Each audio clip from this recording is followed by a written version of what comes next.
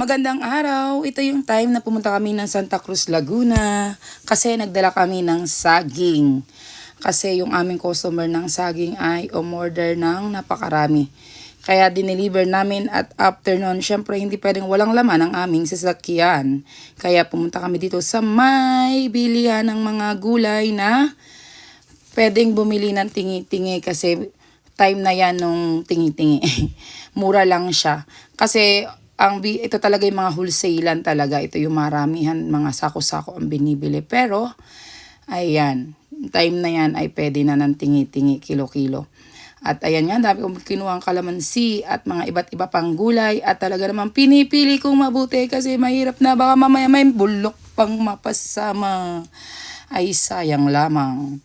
Oh, ayan, talaga namang luya. Gusto ko dyan yung malalapad na kasing laki ng aking paa. Ayan, o, diba? Ang sarap ng mga gulay, fresh na fresh.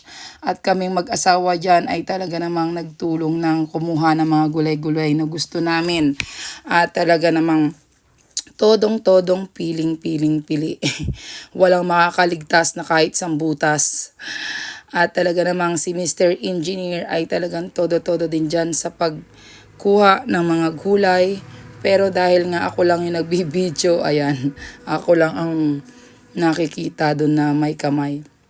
Grabe, ang sarap lang pumunta sa mga ganito kasi talagang mabibili mo lahat ay mga sariwa at talagang bagong pitas. Maliban na lang dyan sa bawang at sibuyas syempre kasi malayo pa pinanggalingan. Ayun, nakatuwad-tuwad si engineer. At umikot-ikot ako dito. Ayan, may mga kalabasa, kung ano-ano pa. At saka sari-saring mga gulay. Talagang napakarami. At dito mo makukuha yung lahat ng kailangan mo pag ikaw ay magpuputahe. Kasi pag ako namimili, meron ako dyan pang nilaga, pang sinigang, pang adobo, mga ganon. Kung ano yung mga panglahok-lahok. Kaya talagang halos lahat dyan binibili namin. Pero more on, mayroon kami yung sa lutong may sabaw. Kasi hilig nga ng mga anak ko ang may sabaw. At umikot-ikot nga ako dyan kasi hindi lang yun yung tindahan. Kundi marami sila dyan nakatumpok-tumpok at mga nagtitinda.